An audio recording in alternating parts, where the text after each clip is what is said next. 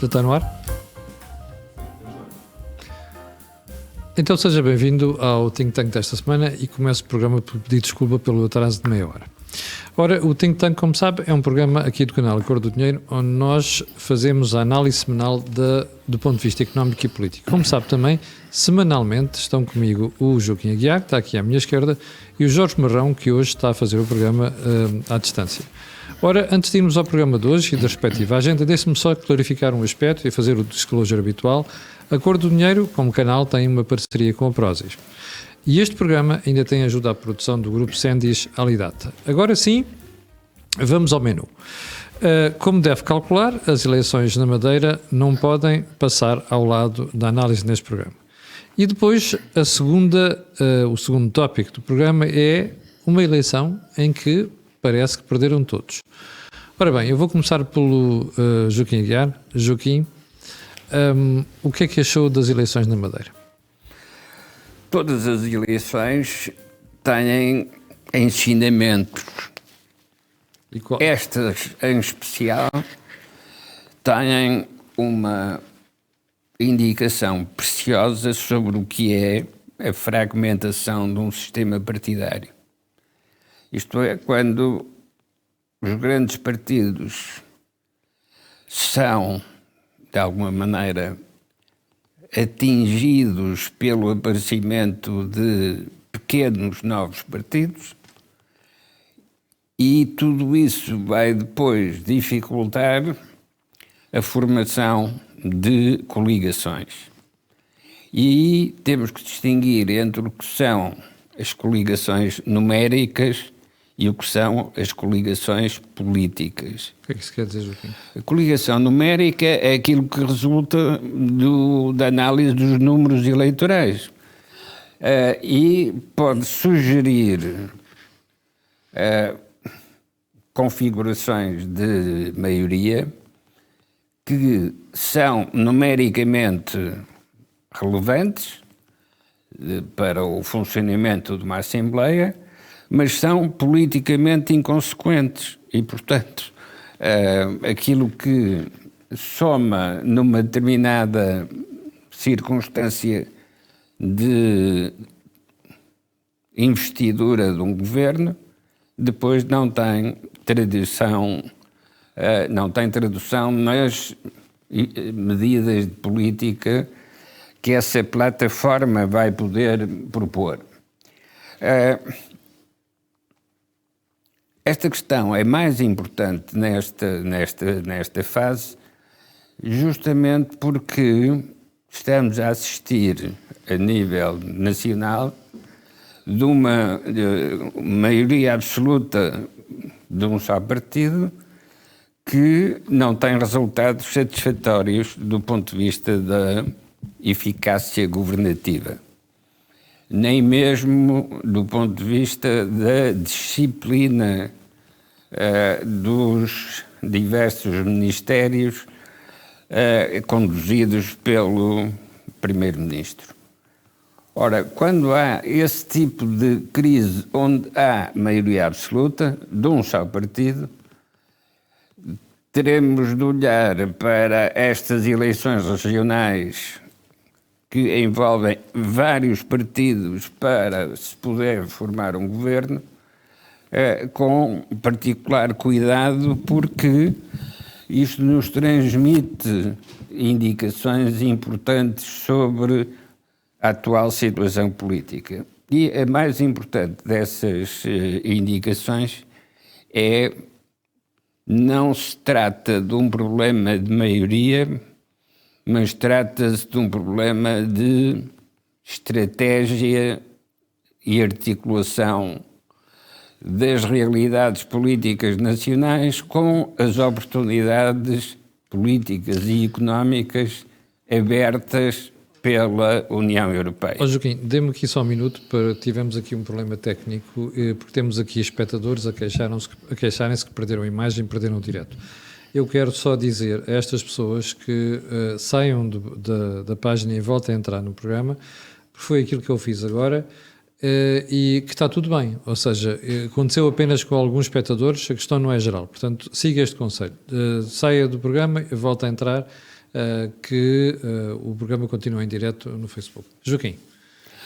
Portanto, não é a existência de maioria que possa ser considerada a solução para todos os problemas, e pelo contrário, é justamente porque nem uma maioria de um só partido consegue assegurar a estabilidade governativa que nos obriga a pensar então o que é que se passa no sistema político para esta sistemática instabilidade. Joaquim, deixa-me fazer-lhe esta pergunta.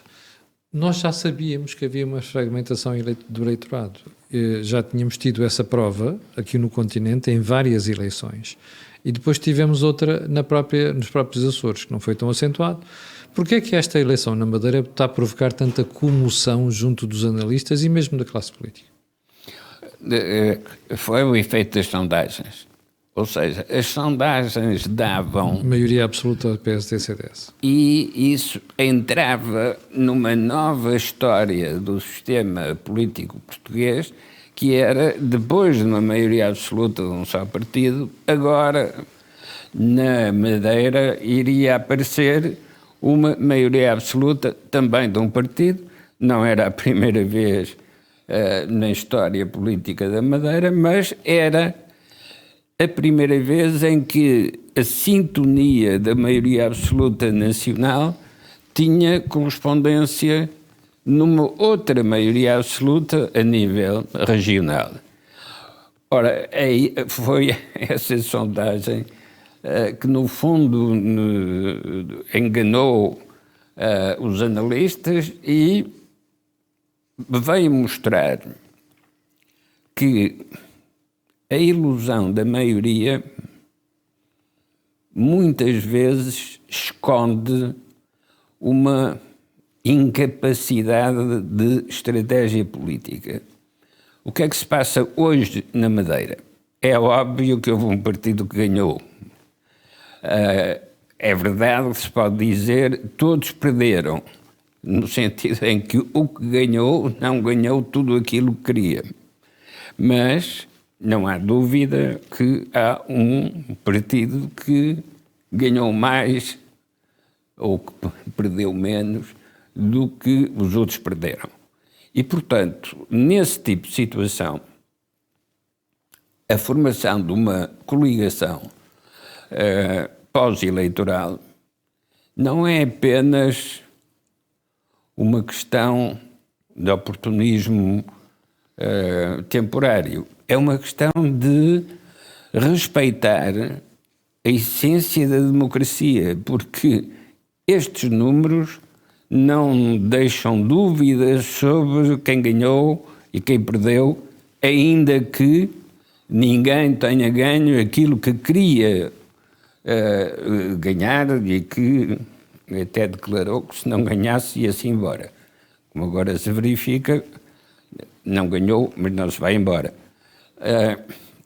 Agora, o ponto é, mas então os outros partidos que não têm acesso a uma forma de governo devem ou não participar na procura de uma solução democrática.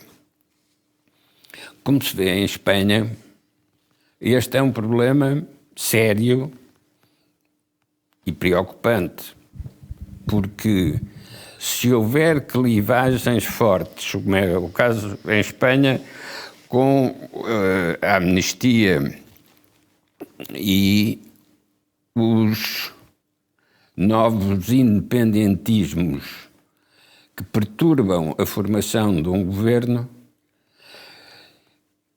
resolver esse impasse democrático é uma responsabilidade de todos os partidos e, em primeira linha, daqueles que estiverem mais próximos de poder oferecer a solução. Ora, no caso da Madeira, o que se verifica é que não ter conseguida a maioria absoluta, mas tendo ganho claramente o confronto eleitoral, a participação de um pequeno partido que permite resolver a questão da maioria e o funcionamento do Parlamento Regional é uma responsabilidade política que pertence a todos os partidos. Em primeira linha, pertence àquele que vai viabilizar esta solução, mas também pertence a todos aqueles que ficarão na oposição, mas que devem respeitar este resultado. Joaquim, deixa-me só interromper para tentarmos ir ouvir o Jorge Marrão, que está longe. Jorge, vou-te colocar a mesma questão que coloquei ao Joaquim no início da conversa. Surpreendeu-te a eleição na Madeira? E já agora, porquê é que ela está a ser encarada de forma diferente daquilo que aconteceu com outras eleições, nomeadamente no continente? Eu talvez começasse por dizer que cada governo tem o limiano que merece. Ou seja, nós estamos a passar por cima da política e estamos basicamente a fazer aritmética política.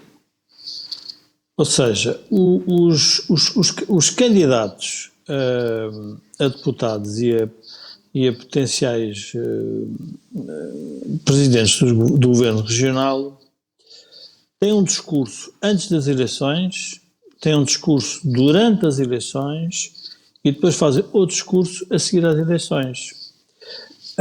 Isto só os descredibiliza a prazo, porque vacilam tanto sobre aquilo que vão dizendo, ou seja, não vacilam, são confiantes e são ativos no momento em que proferem as palavras, mas à medida que o pano se vai desenrolando no teatro das eleições, porque o teatro das sondagens é outro, depois há um teatro que é o teatro das eleições e depois há o teatro a seguir às eleições. E é óbvio que nenhum partido ganhou porque todos saíram defraudados em relação às campanhas que fizeram.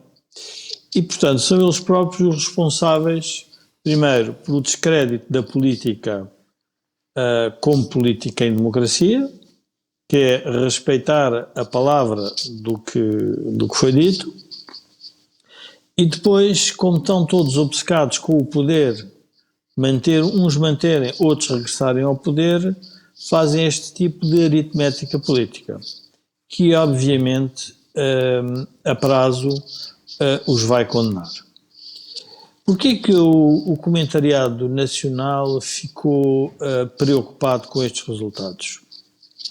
Primeiro porque é evidente que o Chega é um elemento decisivo para que a alternativa à geringonça ou às geringonças que se possam formar dificilmente pode ser feita sem com que o Chega tenha um papel. Jorge, tornou-se incontornável. E isso, obviamente, tornou-se incontornável. Não é só... Não, a questão não é se tornar... a questão é... Eu julgo que há duas perspectivas. Uma é... Há um eleitorado que é incontornável, que é o eleitorado que está desgostoso, entristecido, revoltado com o que tem sido a política nos últimos anos relativa a matérias que eles consideram sensíveis. E esse eleitorado normalmente é despertado para partidos como o tipo do Chega. E o Chega, eu diria que é um que desafia o sistema. A Iniciativa Liberal é outro que desafia o sistema de outra forma, mas também o faz. E, portanto, abala o sistema central da política, que é o PS e o PSD.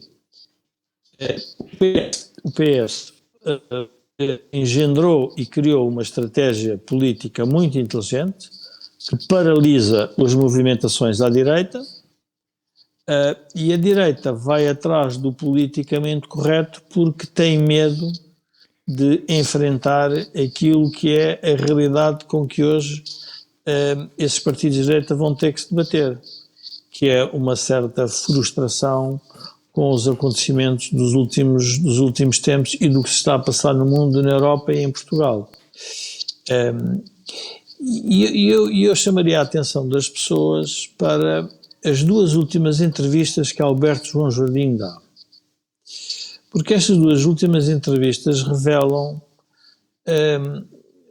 no fundo, um senador da política portuguesa, alguém que foi sempre rebelde e que mantém uma liberdade de expressão e de opinião, eu diria, muito virulenta e muito contundente, mas que diz um conjunto de verdades sobre o que se está a passar em Lisboa, sobre o sistema constitucional. E, portanto, o comentariado nacional residente em Lisboa fica nervoso porque olha para a Madeira e começa a perceber que se calhar isso poderá vir a acontecer uma coisa similar no continente. E não é por acaso que todos aqueles que passaram os últimos anos a dedicar-se à política, que basicamente é alimentar as querelas internas do PSD para criar a ideia, a narrativa de que não há alternativa ao PS porque o PSD não se organiza,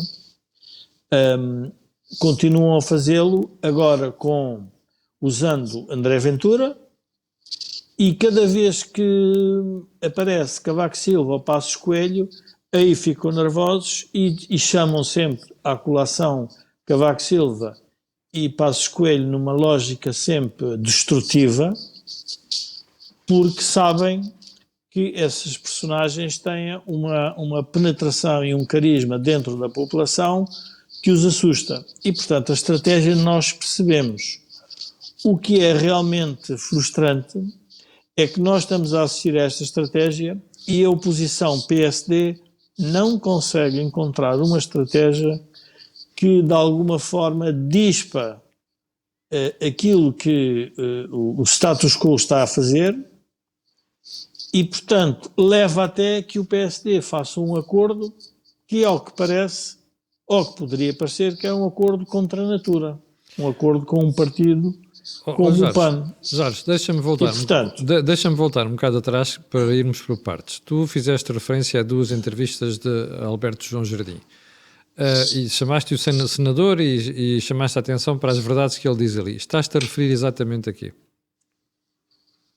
Estou-me a referir à ideia que ele transmite que o PSD ou se dedica de forma decisiva à classe média e às massas e à resolução do problema fiscal. Ele também, obviamente, dá aquela facadinha em Pedro Passos Coelho, mas eu diria que isso faz parte já da sua... Jorge, ele dá facadinhas em todos. Deu facadinhas em Passos Coelho, em Luís Montenegro, Miguel Albuquerque, deu facadinhas em todos, além da linguagem muito pouco recomendável que ele utiliza. Camilo, porque ele interpretou que o PSD, desde Passos Coelho, e agora a continuidade com Luís Montenegro, mas aí não é tão, diria que não é tão explícito ou tão violento, que se desviou de uma trajetória inicial do que era o PSD. E, portanto, ele chama a atenção para isso. E eu julgo que o PSD devia ouvi-lo dentro dessa perspectiva, não da perspectiva egocentrista de Alberto João e que, basicamente, pode estar ali a fazer um ajuste de contas tardio e que se revela tardio e, se calhar, inconsequente.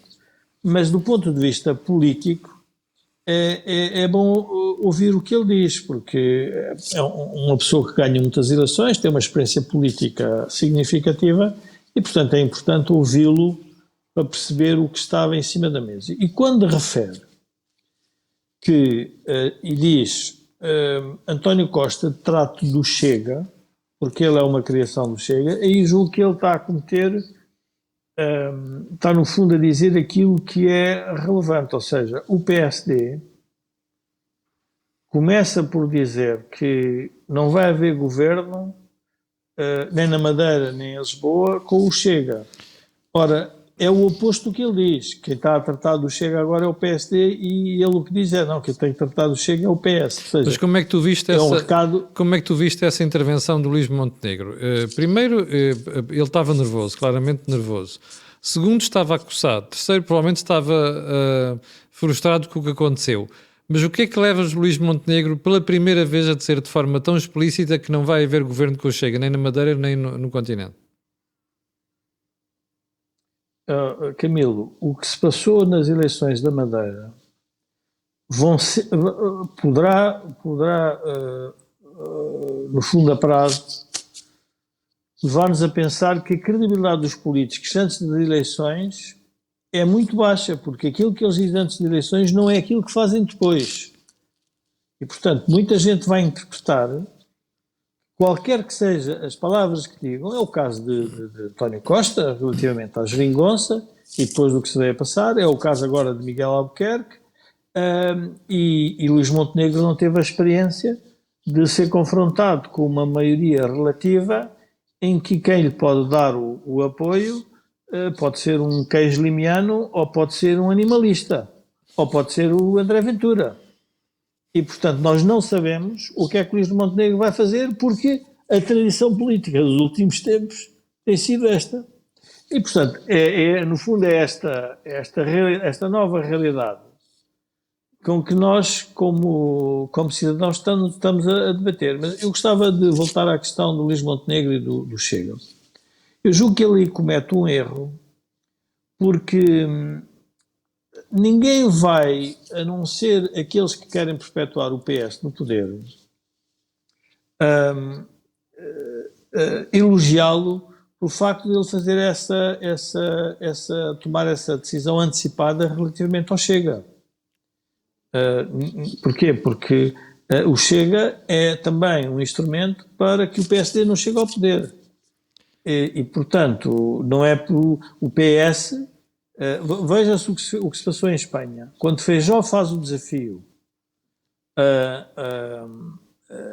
ao Pedro Sánchez para que viabilize o governo, Pedro Sánchez virou-lhe as costas e preferiu que ele tivesse os votos do Vox. É exatamente isso que iria acontecer em Portugal. Portanto, eu acho que aí é o grande engano do Luís Montenegro. Mas Luís Montenegro tem que responder a uma classe política que o rodeia, que vive nos últimos anos obcecado com o fenómeno do Chega, em vez de ser obcecado com o que se está a passar no país com a governação do Partido Socialista nos últimos 7 anos e com a prévia a chegada de Pedro Passos Coelho.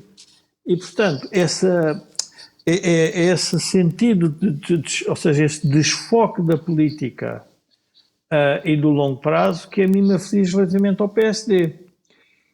E mais, a solução que Miguel Albuquerque encontrou é óbvio que é uma solução que é de governo, mas não é estável e não é coerente. Foi aquilo que nós sempre dissemos relativamente à geringonça. A geringonça não teria problema nenhum se ela fosse estável e coerente. Como se viu, não foi. E, portanto, eu que sou caçador, provavelmente agora vou-me defrontar com a ideia que não vou poder fazê-lo na Madeira, e eu diria que um cão atropelado ou um pombo morto ou um gato abandonado na Madeira agora vai se tornar um problema nacional. Passa por ser um problema na ilha e passa a ser um problema nacional.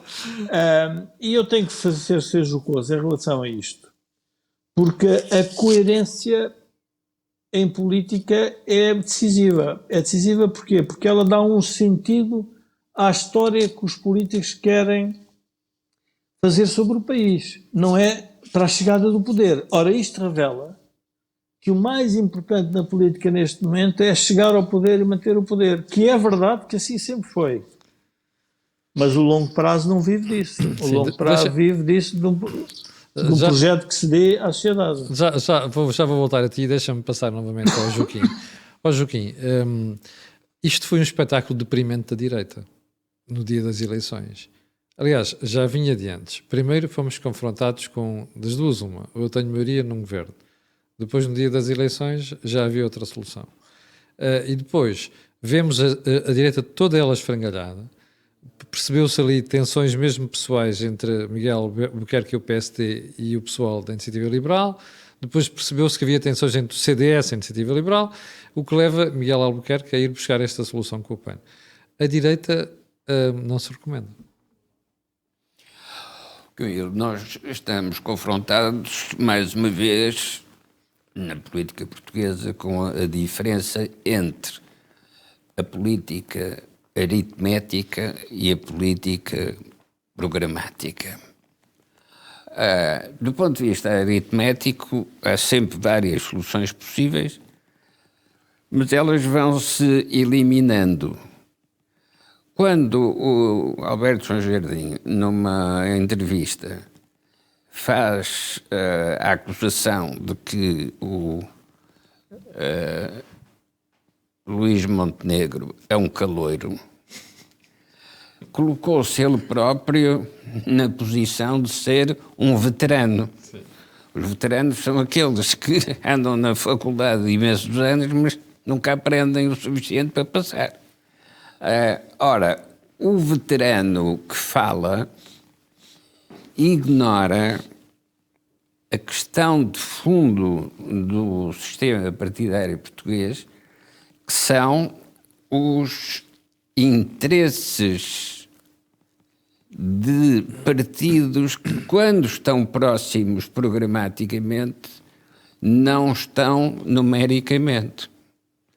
E, portanto, temos estado a viver ao longo destas décadas com entendimentos programáticos fáceis ao centro, mas impossibilidade de manter estabilidade desses eleitorados que estão ao centro, em função da dificuldade de governar. E, portanto, o Bloco Central é proposta do João Jardim. PS e PSD têm de se entender. Este tipo de proposta bloqueia as alternativas políticas, porque esses dois partidos, de facto, garantem uma maioria que pode ser estável. Só que nós temos à nossa frente agora uma maioria de um só partido, não pode haver maioria mais estável do que essa, uma maioria de um só partido e a capacidade de governar é limitada. E, portanto, nós continuamos a olhar para os números e esquecer os programas. Mas, Joaquim, como é que, numa situação destas, os partidos se vão ater à questão do programa? Vamos a casos concretos. O PSD e o CDS ficaram com menos um deputado que se garantisse a governação. E o Joaquim diz assim, bom, e o Jorge também já apontou esse problema, que é, agora cada um tem um limiano que merece, não é? Porque, no fim de contas, o PAN na Madeira vai fazer de queijo de limiano daquela rábula do governo do engenheiro António Guterres. Ora, mas o que é que os partidos haviam de fazer aqui? O PSD devia demitir-se de governar? Como é que vai governar se não tem maioria? Se nós olharmos para o PS, nunca perguntaríamos como é que eles vão governar com maioria absoluta, porque estávamos convencidos que o Partido Socialista sabia o que queria fazer. Não é verdade, não sabia. Ora, se nem com maioria absoluta de um só partido nós temos a correspondência do número eleitoral com a qualidade do exercício do poder, então temos que nos perguntar o que é que falta no sistema político português para que o entendimento programático corresponda à duração, à estabilidade de um governo. E o que falta é muito simples: crescimento económico. É porque não conseguimos crescimento económico, nem com coligações, nem com maiorias de um só partido, que não há estabilidade. Mas não há estabilidade, não porque os eleitores mudem de sítio, mas porque as casas onde vivem os eleitores tremem com terremotos e não há estabilidade porque não há estabilidade na base. Ó Joaquim, mas Não. é verdade, aqui há uma diferença muito grande entre o continente e a região autónoma da Madeira, assim como há para os Açores.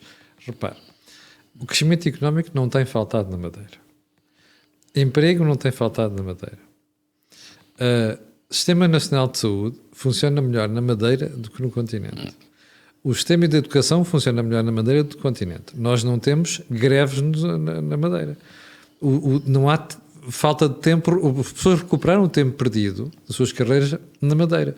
Ou seja, dá a sensação que mesmo com uma região que está a ser bem governada, que o eleitorado está cansado e está farto. E porquê? Não é o eleitorado que está cansado, porque o eleitorado deu claramente indicações Sim, de foi maioria. para os outros, fragmentou. As direções partidárias é que não querem reconhecer aquilo que o eleitorado lhes mostra. E aquilo que o eleitorado da Madeira lhes mostra é uma história de domínio do PSD ao longo de várias décadas, mas o aparecimento de confrontos de personalidades que nem sequer correspondem a confrontos de interesses coletivos dentro da Madeira. E, portanto, são construções artificiais. Estimuladas por quê? Porque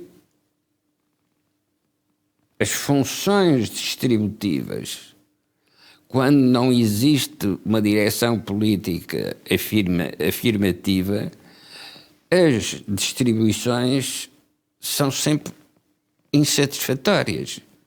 Porque mesmo quando se recebe, acha-se que se recebe menos do que o que poderíamos receber.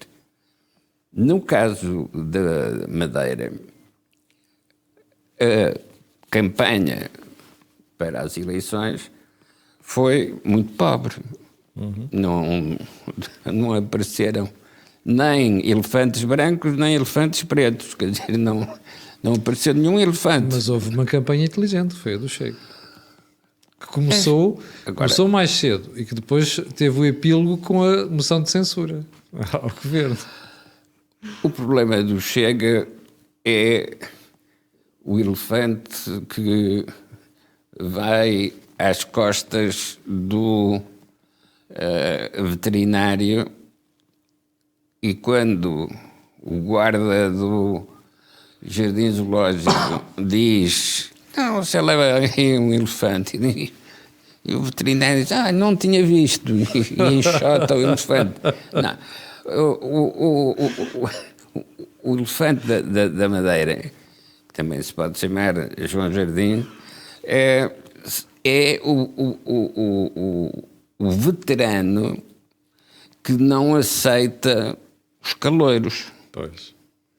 E, portanto, se o PSD sempre dominou a política na Madeira, agora, nestas eleições, voltou a ter mais domínio do que qualquer outro partido e só se diz que perdeu porque tinha definido como objetivo ter maioria absoluta, mas isso não significa que qualquer dos outros tenha tido essa maioria absoluta e, portanto, não foram os outros que ganharam.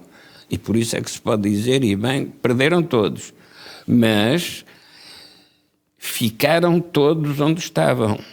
Jorge, a mesma pergunta para ti, que é, nós estamos a ver que, apesar do ponto de vista de situação social e económica, a Madeira estar melhor do que o continente, parece que isto não chega, não é? Falta qualquer coisa ao eleitorado, porque não está disposto a calcinar aquilo que o PSD vinha fazendo, mas ao mesmo tempo também não quer aquela oposição. Aliás, o PS tem uma derrota monumental na Madeira. Camilo, para nós sermos intelectualmente honestos, temos de nos lembrar quem é que introduziu a política a aritmética da política, ou a política aritmética na sociedade portuguesa. Foi o PS com Geringonça. Foi António Costa. Pronto. E, portanto, abriu um ciclo e depois teve seguidores, e é pena que tenha tido seguidores à direita. Há um caso em Portugal que demonstra que pode haver caminhos alternativos, que é o da Câmara de Lisboa, que é governa-se com o poder que se tem. E o poder que se tem não é maioritário. E, portanto, a responsabilidade da governação é apresentar as propostas e a responsabilidade do Parlamento é votar nessas propostas. Mas não, mas a política não quer ir por aí. E, portanto, o que nós estamos a discutir são, e eu acho que aqui estamos a ser talvez um bocadinho superficiais, porque a entrevista do Alberto João, para mim, é muito reveladora do que é que ele quis condicionar. Ele basicamente quis condicionar o PSD relativamente a um acordo com a Iniciativa Liberal. E porquê é que o fez? Porque a ideia do PSD liberal que ele imputava a Pedro Passos Coelho e às políticas da Troika, ele não queria que ela fosse agora sufragada pelo seu próprio partido na sua Madeira, do qual ele foi monopolista político nos últimos 40 anos. E, portanto, o que o PSD tem vindo a perder é a relevância na Madeira, acusam o Chega de que é um partido no homem só, e, na verdade, com a saída do Alberto João, o que nós temos a assistir é esta quebra. Portanto, as pessoas, os líderes, contam para as decisões dos eleitorados. Portanto, a ideia que a instituição sobrevive ao líder tem que ser analisada sempre com alguma ponderação, algum cuidado, porque isso pode não acontecer. E, portanto, há aqui várias perspectivas que nós devíamos ter ter em análise. A primeira é, houve ou não uma tentativa de condicionar Miguel Albuquerque sobre a sua decisão? Houve, e ele também se deixou condicionar. E, portanto, houve ali uma separação, a partir do momento em que a Iniciativa Liberal se predispôs, e depois há aquela troca de palavras em que Alberto João disse que proibiu a entrada do líder da Iniciativa Liberal dentro do PSD. Basicamente o que quis dizer ao partido na Madeira foi: vocês com este senhor não se podem chegar a acordo. E já agora cheguem a acordo com quem entenderem, e chegaram com o PAN, que é a tal incoerência que não tem nada a ver o PAN com a Iniciativa Liberal. E, portanto, esta incongruência, quem é que a vai pagar? É óbvio que vai ser o PSD. É evidente. E depois há outra coisa que a mim me deixa espantado. Há países na Europa, os do norte da Europa, que governam há décadas em coligações. Com o quê? Com base num programa em concreto. Não é uma direita aritmética, vamos para o poder, temos que ir todos para o poder. Não, diz lá o que é que tu queres fazer comigo em conjunto, para nós chegarmos em acordo, sem haver ofensas de eleitorado. E a dimensão dos partidos de causa, como é o caso do PAN, com o PSD, ou, por exemplo, os ambientalistas, os verdes na Alemanha, ou os partidos de causas misturado com os partidos centrais ao poder, geram sempre esta situação um bocado embaraçosa. Isto, nós temos que conviver com isso. Mas esse partido central tem que saber o que é que quer fazer em concreto. E é essa falta de estratégia política de longo prazo que nós todos nos estamos a queixar. Porquê? Porque a aritmética não vai ser suficiente para resolver o problema da Madeira. Porquê? Porque vai ser tudo aprovado, e qual é a contrapartida? A contrapartida é num conjunto de matérias que são valores sobre a sociedade, ideias sobre a sociedade, que são conflituantes entre os dois partidos. Portanto, eu diria que estamos aqui num círculo vicioso, cuja saída todos nós percebemos qual é. É muito simples. Os eleitorados vão continuar a obrigar, na minha opinião, os partidos a entenderem-se, aceitando, ou seja, com a perspectiva de que eles sejam transparentes. Eu agora estou, enfim, uma parte estou aqui em Itália e estou a ler algumas coisas sobre aqui os romanos. E um escritor espanhol que fez um livro sobre a histórias de Roma e diz que, e eu lembrei-me, isto pode-se aplicar a Portugal, a Itália é um país sem verdade. É um país sem verdade, ou seja, é um O que país também é com verdade, sistema Jorge. político. O que também é verdade. Hã? O que também é O que verdade. também é verdade. É um país sem verdade. A política portuguesa está a se tornar uma política sem verdade. E, portanto, o que é que significa isso? Significa que o sistema partidário tem as oscilações mais estranhas entre espectros políticos que deixam o eleitorado relativamente confuso. E agora, Uma maioria absoluta não serve, como nós vimos em Portugal. Uma maioria de esquerda incongruente também não serve.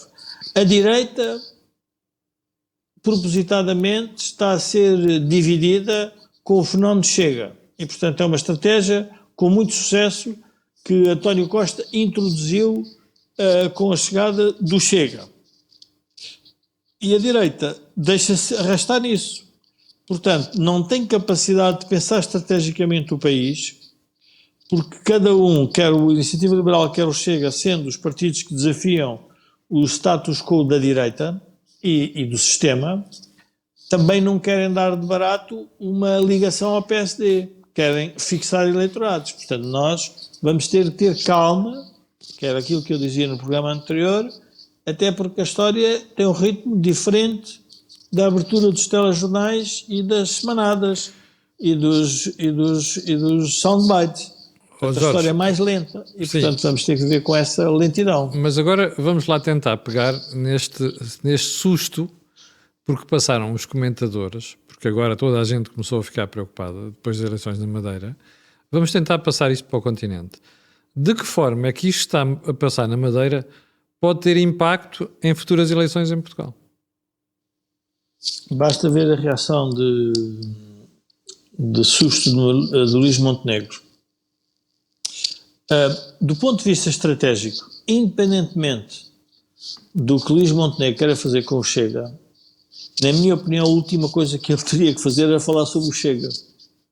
Porque ele tem que deixar o adversário, o inimigo político, no suspense. Não sabe o que é que ele vai fazer com isso. Ele tem que falar sobre o que vai fazer com o PSD. Não tem que falar sobre o que é que vai fazer com o partido ao lado. Seja a Iniciativa Liberal, seja Chega. Mas já houve muita gente, assim como há muita gente a dizer ao PSD defina-se, e até o próprio Luís Montenegro, também havia pessoas a dizerem a Luís Montenegro, você não tem de se pronunciar sobre o Chega, tem de se pronunciar sobre o PSD. Então o que é que o leva desta vez a cometer esse erro, na tua opinião? Porque Luís Montenegro quer conquistar o centro do país, ou a ideia que ele tem de centro, que é construído através da comunicação social do status quo. Esse é o problema de Luís Montenegro, ou seja, o Joaquim há pouco falava na política da aritmética e na política programática. A política programática é que pode gerar uma melhor aritmética a Montenegro. Não é o contrário. Ou seja, não é ele achar com aritméticas que chega a uma boa política programática, porque a mudança do eleitorado é porque o programa que o PSD apresentar é um programa que transfere eleitorado e dá força e mais. E obriga os partidos júniores a adaptarem-se a quem vai liderar essa mudança. Porque é óbvio que nem o Chega nem a Iniciativa Liberal alguma vez pensarão ter a ambição de que vão mudar o país sem o PSD. É impossível. Ou pelo menos com os elementos que temos hoje não é possível. Então não faça a estratégia do adversário. E essa estratégia do adversário, eu percebo que há muita gente que... Camilo, eu acho que se nós olharmos para o panorama dos comentaristas, dos políticos que atravessam o nosso espectro político diário, nós sabemos que vivem desta obsessão do Chega. Quer dizer, é evidente. É verdade. Ou seja, e portanto, vivem disso. E portanto, se não tiverem isso, vão viver do quê? Não têm como viver. E portanto, a relevância que o PSD está a dar ao Chega, na minha opinião, é errada. E aí Alberto João Jardim tem toda a razão. O problema não é um problema do PSD, tem que ser um problema do PS que quer fazer isso, porque quer dividir o PSD e toda a direita. E, portanto, quem embarcar nisso, obviamente tem este resultado, fica perplexo. Eu julgo que a Câmara de Lisboa é um bom exemplo. A governação de Lisboa vai ser atribuída a responsabilidade a quem? A Carlos Moedas. É uma responsabilidade a Carlos Moedas, mas com um escrutínio mais apurado. Sim. Porque os lisboetas vão poder dizer que houve coisas que Carlos Moedas quis fazer e que não o deixaram fazer. O que é que aconteceu ao primeiro governo de Cavaco Silva? O que aconteceu? Era minoritário. E o que é que aconteceu a seguir? Aconteceu a seguir que foi uma maioria absoluta. Portanto, nós temos de ter a noção que a política tem destas surpresas.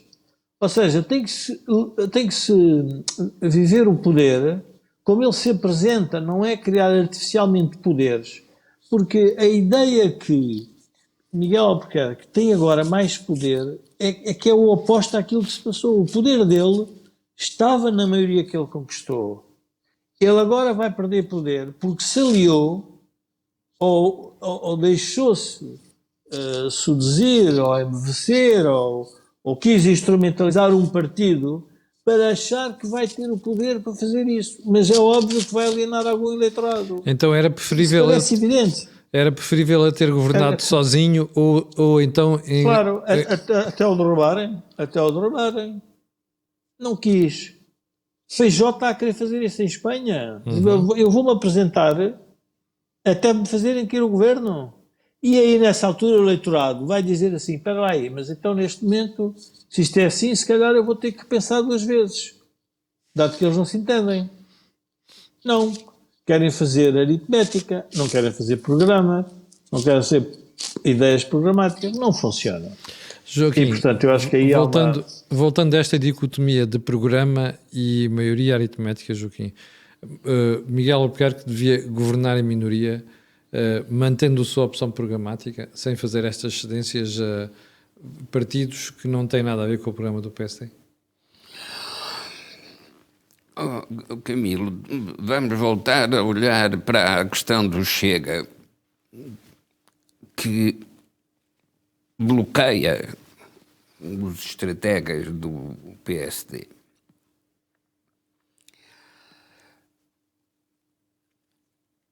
A crítica ao Chega tem de ser feita pelo PSD em termos programáticos, porque o Chega não tem programa. O Chega tem contraste, não é o mesmo que programa. Isto é, olha para as chagas do sistema partidário português, olha para os erros que foram cometidos e vocifera, não trata, não interpreta, não faz diagnóstico. A única coisa que faz é queixa-se. Portanto, o Chega devia ser designado por o queixinha. E, portanto, de cada desastre que acontece, lá aparece o queixinha a dizer cá estão eles. E dá. Ora, o problema em política não é utilizar os erros dos outros para nos beneficiar na nossa imagem. É evitar que os outros cometam erros. Porque se cometem erros, todos vão sofrer as consequências, mesmo aqueles que estão a diagnosticar o erro. Ora, esta prevenção, que, por exemplo, existia espontaneamente no Cavaco Silva, que podia ter sido um Chega no tempo dele, mas que efetivamente não foi, basicamente porque a União Europeia serviu de atrator, servia de estrela polar que mostrava qual era o caminho a seguir. E, portanto, não sei se já foi há demasiados anos para nós nos lembrarmos, mas Sá Carneiro era considerado na política portuguesa como um irrequieto, um agitado mental. E porquê é que era isso? Porque ainda não tinha havido estabilização programática depois do fim do marcelismo. Joaquim, mas era isso ou o senhor tinha mesmo uma alternativa e tinha um programa na sua cabeça e não queria abdicar dele? Atenção, mas a verdade é que quando foi primeiro-ministro, para surpresa de muita gente, foi um primeiro-ministro eficiente. E uma das regras que tinha era nunca deixar no fim do dia papéis em cima da secretária. Porque se ficaram papéis em cima da secretária, há alguém que vai poder invocar a falta de resposta do governo para explicar as suas dificuldades. E, portanto, era a responsabilidade de quem fazia parte do governo não deixar nenhum papel à noite em cima da secretária para ser resolvido no dia seguinte. Ora, essa disciplina tinha-se perdido com a agitação do pós-25 de Abril. E, portanto, retomar esse princípio de disciplina e de rapidez de decisão era a condição essencial para escapar ao cerco daqueles que queriam impedir que ele fizesse fosse o que fosse. Mas não era só isso. Tinha um programa de revisão constitucional. Tinha um programa liberal para a economia. Tinha privatizações na agenda. Sabia que só se conseguia governar o país com uma coincidência entre Parlamento, Presidência e Governo. Ou seja, não era só disciplina. Ele tinha mesmo as ideias bem claras sobre o que queria para Portugal. Não terá sido isso na linha do que dizia o Jorge há bocadinho e mesmo o Joaquim, que leva os eleitorados a perceberem que a solução naquele partido está nisso? Não terá sido isso? E que leva os eleitorados a aceitar como sendo estimulante aquilo que alguns poderiam denunciar como sendo antidemocrático. Exatamente. E é esse tipo de liberdade que é conquistado por quem apresenta um programa de mudança que torna mais amplo o apoio numérico, porque está orientado por um apoio programático. E se o programa vai tendo resultados positivos, então a maioria numérica é daí que vem. Ou seja, a maioria numérica aparece porque os partidos sabem aquilo que querem, expõem isso claramente aos eleitorados e os eleitorados revêem-se nisso. Porque foram foco de atração do eleitorado. O eleitorado não precisa de ser convencido por regras científicas sofisticadas. O eleitorado precisa de ser atraído para formar a possibilidade política. Isto é o eleitorado atraído que a seguir vai abrir o espaço político. Deixe-me voltar ao Jorge. Jorge, é esta desorientação programática, é esta desorientação de futuro, é esta desorientação de onde é que eu vou estar daqui a 4 anos que está a afastar os eleitorados da direita, nomeadamente do PSD.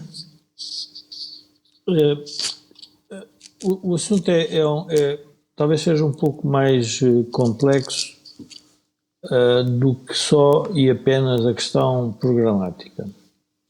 A chegada da Troika a Portugal abalou decisivamente o sistema político português. Ou seja, quando nós percebemos a reconversão do PS às contas certas e aquilo que Pedro Passos Coelho fez foi, de alguma forma, pôr quase que definitivamente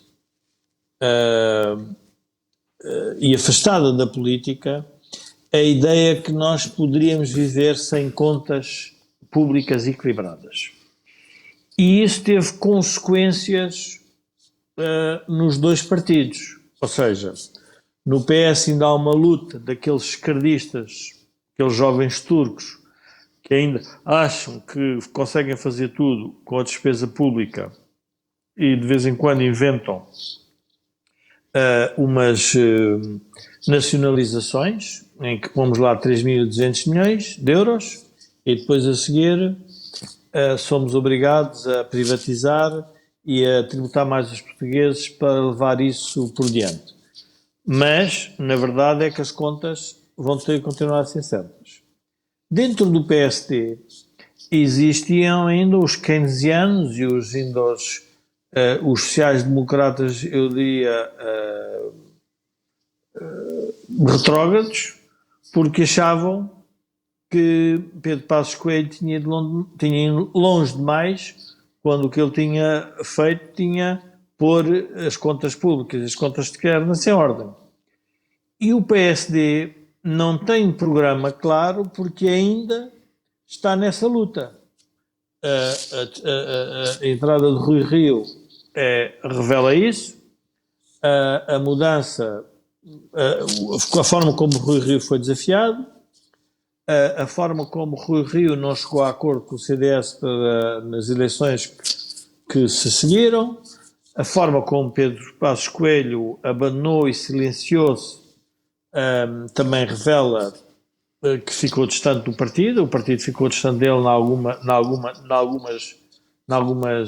algumas faixas, e a forma como Montenegro também volta a ter este protagonismo e a liderança do PSD, em que tem como, na sua entourage política, um conjunto de pessoas que ainda têm ideias muito diferentes sobre o que foi o consulado de Pedro Passos Coelho. Portanto, a direita não tem programático porque o PSD não se reconciliou com o seu programa.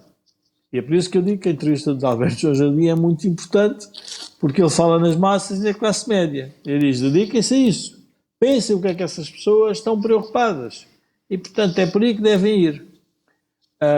E o PSD depois também foi muito assaltado nos últimos tempos por uma classe universitária, de gente que veio muito da universidade, com muita formação teórica, ideologicamente avançada, mas que tem pouca adesão à realidade. Portanto, são discussões que se fazem num patamar, se quisermos, numa esfera política das elites e dos sabedores, mas não chega ao povo. Mas eu gostava de voltar à questão do Chega, Camilo, porque acho que o Chega pode ser... dá para perceber o que é que se está a passar na política. É um elemento bom para perceber o que se está a passar na política portuguesa. Eu vou tentar fazer um paralelismo. Os empresários portugueses que nasceram depois do 25 de Abril, Belmiro de Azevedo, América Morim, Jardim Gonçalves com os bancos, As construtoras. as construtoras, eram empresários que eram rebeldes, eram indisciplinados, desafiam o sistema. E o CDS, que não votou a Constituição, foi o grande desafiador do sistema. Portanto, todos os sistemas políticos, económicos e sociais têm pessoas e nós temos que dar-lhes atenção porque desafiam o sistema para que o sistema mude para, na perspectiva deles, melhor e que às vezes vem a provar que assim é. O Joaquim tem razão quando diz que o Chega basicamente faz contraste. Mas então tem que se fazer a pergunta, e porquê é que não são os partidos tradicionais a fazer esse contraste? Porque as clientelas que se agarraram a eles não lhes permite que eles façam esse contraste. E portanto tem que ser um challenger, um desafiador.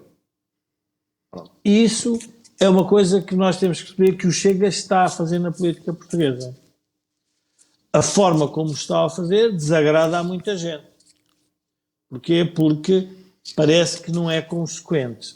E reparem a forma como tem sido feito o debate com o Chega.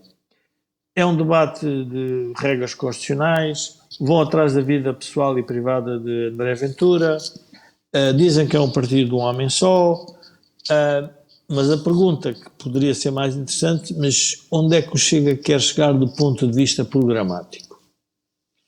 E aí vem um conjunto de matérias que deveria obrigar os partidos que estão a ser desafiados a dizer, relativamente a essas matérias, o que nós pensamos é isto. Mas não, ataca-se o mensageiro a não discutir a mensagem. Mas isso faz parte da tradição do poder. Atacar o mensageiro e não discutir a mensagem. De vez em quando há aqui uns espectadores, quando eu digo uma coisa, escreve o nome da minha ex-empresa. E eu lembro-me logo, bom, ok, já estás a atacar o mensageiro, mas tens que ouvir aquilo que eu estou a dizer. E, portanto, quer lá saber o que é que tu pensas sobre mim. Se eu sou bonito, feio, gordo, magro ou o que for. É irrelevante. O que é importante perceber é a mensagem. E nessa mensagem, o que é mais preocupante relativamente ao Chega é que são matérias de dimensão europeia. Se nós pararmos e pensarmos um bocadinho, também tem uma dimensão nacional, que é o mau funcionamento da justiça, e, portanto, uma ideia persecutória em relação ao funcionamento da justiça, mas tem uma ideia relativamente complicada, que é como é que se gera o tema da imigração. E esse é um fenómeno europeu. E, portanto, os chegas europeus estão a crescer. Porquê? Porque a Europa não está a saber lidar com esse fenómeno de forma conveniente para apaziguar os eleitorados e para que socialmente estejamos mais tranquilos. Portanto, eu julgo que é preciso enquadrar o Chega nessa perspectiva. Ora, o Chega foi enquadrado pelo PS como um partido proto-fascista, neofascista, com saudades do Estado Novo, e de repente até as pessoas que eram da direita que eles achavam que era uma direita elitista e pouco educada, agora já serve porque há um muito mais mal criado, que é o caso de André Ventura. E portanto, esta jogada para mim não, quer dizer, analisando politicamente, não me interessa. Interessa-me só do ponto de vista que em política o que parece é, e portanto isso foi uma estratégia bem conseguida por parte do PS. Agora, o problema da direita programática é um problema do PSD. Isso não tínhamos dúvidas. O Chega é um partido de causas, de algumas causas em concreto, e portanto é uma coisa diferente. Agora, o programa para governar o país e para mudar o país tem que vir do PSD e a partir desse momento tudo se resolveria. Ora, o desenlace da Madeira é muito perigoso porque revela que os partidos, que o PSD, relativamente aos novos partidos, e Iniciativa Liberal e Chega, tem uma relação que não tem a ver com programas. Exatamente, são questões Tem a ver- pessoais. São questões de natureza pessoal, são questões de natureza de estilo, são questões de, diria que de quererem de alguma forma agradar a todos, o que não é possível em política, e quem exerce o poder sabe que o poder gera sempre uma Divisão. franja relativamente de animosidade, e portanto tem que se dizer com isso, não se pode agradar a todos, e portanto isso torna o nosso exercício mais difícil, porque não conseguimos perceber afinal o que é que dividiu o PSD da Madeira relativamente à iniciativa liberal, designadamente foi aquele que se ofereceu, o Chega não fez isso, e decidiu fazer o acordo com o PAN. Jorge, portanto, temos que fechar o programa, que já vamos para além da hora. Tudo bem.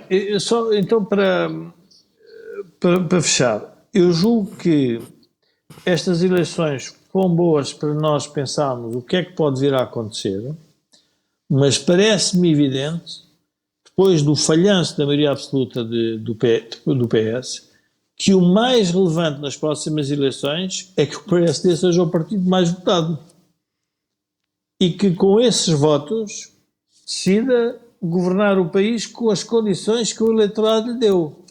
E que não se ponha a inventar teatros pré-eleitorais, teatros no dia das eleições e teatros a seguir, julgando que vai enganar os eleitores, porque os eleitores já tiveram esta primeira experiência na Madeira. Exatamente. E ao que parece não gostaram.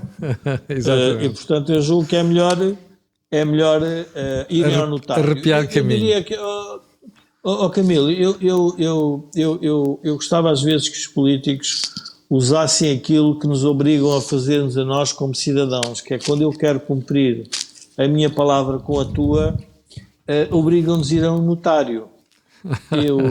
Que é para ficar, como se diz, preto no branco. Eu quase que estou convido o Acordo do Dinheiro e o Think Tank, nós vamos montar um notário, eu, tu e o Joaquim, e vamos sugerir que quando forem fazer os programas, que vão lá restar, e depois quando chegar à altura de discutirmos o que é que vão fazer com o contrato, dizer não, vocês assinaram isto aqui, por favor. Agora cumpram. E portanto, agora cumpram, até ao fim. Muito bem, chegamos ao final do Think Tank desta semana. Quero agradecer a quem esteve desse lado, quero pedir desculpa pelo tempo atrasado com que nós começámos. Para o final, antes de irmos embora, quero lembrar que a Acordo do Dinheiro tem uma parceria com a Prozis e que este programa ainda tem ajuda à produção do grupo Sendizalidade. Nós voltamos a ver-nos na próxima terça-feira. Quanto a mim e si, é amanhã às 8 da manhã. E para o final fica o pedido de sempre. Olha, coloque um gosto, faça partilha nas redes sociais e subscreva o canal. Aquilo que houve aqui não houve em mais lado nenhum. Tenham um grande dia e até amanhã às 8.